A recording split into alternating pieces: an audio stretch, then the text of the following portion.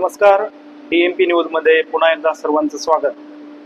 वेळोवेळी मी सर्वांच्या न्यूज बनवत असतो, सगळं काही करत असतो, पण कधी याच्या पाठीमागचं जर रिझन असेल, या समाजामध्ये मी जे सामाजिक कार्य करत असेल, ज्या ज्या गोष्टीचे मुद्दे उपस्थित करून समाजाला कसं त्याबद्दल माहिती देता येईल याचा मी पूर्ण प्रामाणिकपणे प्रयत्न करत असतो.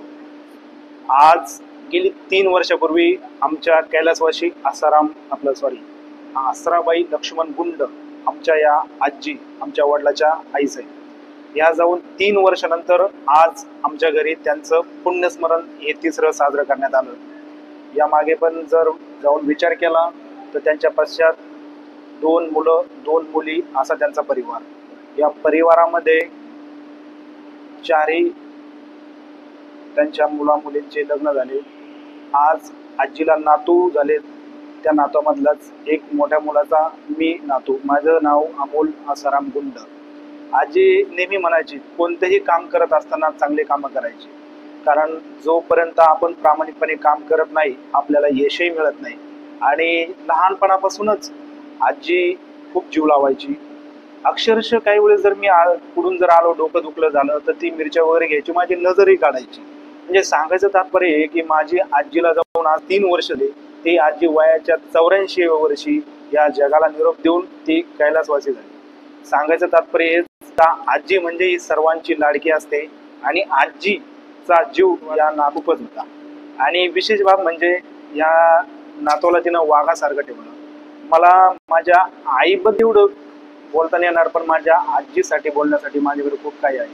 कारण लहानपणापासून आजी नेहमी म्हणायची, आजोबा तुझ्यासाठी काळात, ज्यावेळेस माझा जन्म 54 साली झाला, त्या काळात तू 5 वर्षाचा असताना 97-98 साली त्यावेळेस 100 रुपयाची नोट माझ्यासाठी मोडायची. आणि त्यावेळेस वातावरण वेगळं होतं. त्यावेळेस जर एखाद्याच्या घरात मुलगा झाला तर ते खूप आनंदाचा विषय असायचा. त्यावेळेस स्त्री आणि पुरुष या गोष्टीमध्ये लोक हे करायचे. पण आता ती वेळ राहिलेली नाही. आज स्त्री आणि पुरुष दोन्ही समान आहेत. कायद्यानं सर्वांना अधिकार आहेत.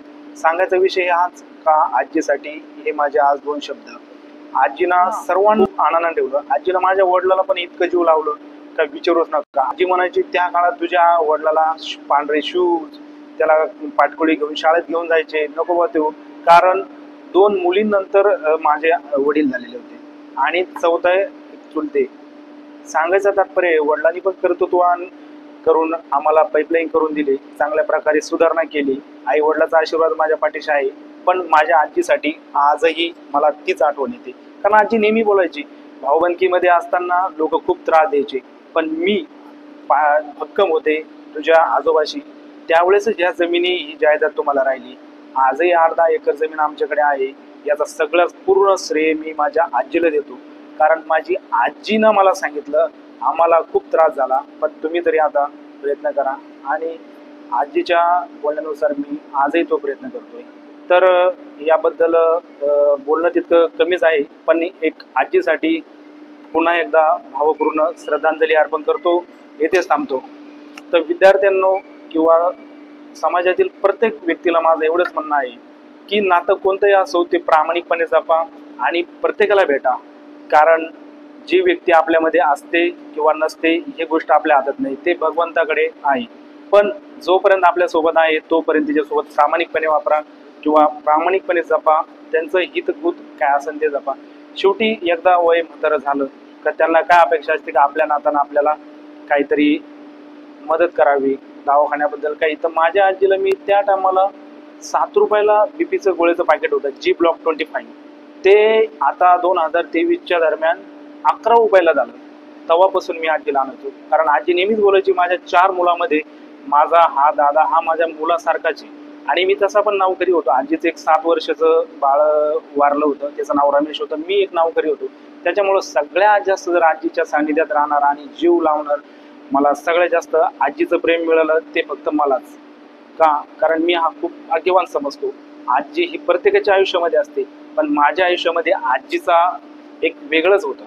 कारण ज्यावेळेस मी आजारी पडायचो तर आजी माझ्यासाठी जेवण मला आठवण द्यायची, तोंड धुण्यासाठी गरम पाणी पातीला आणून द्यायची, गमीला आणून द्यायची. म्हणजे सांगायचं तात्पर्य एवढं आहे की आजी माझ्यासाठी लाखाची आहे. या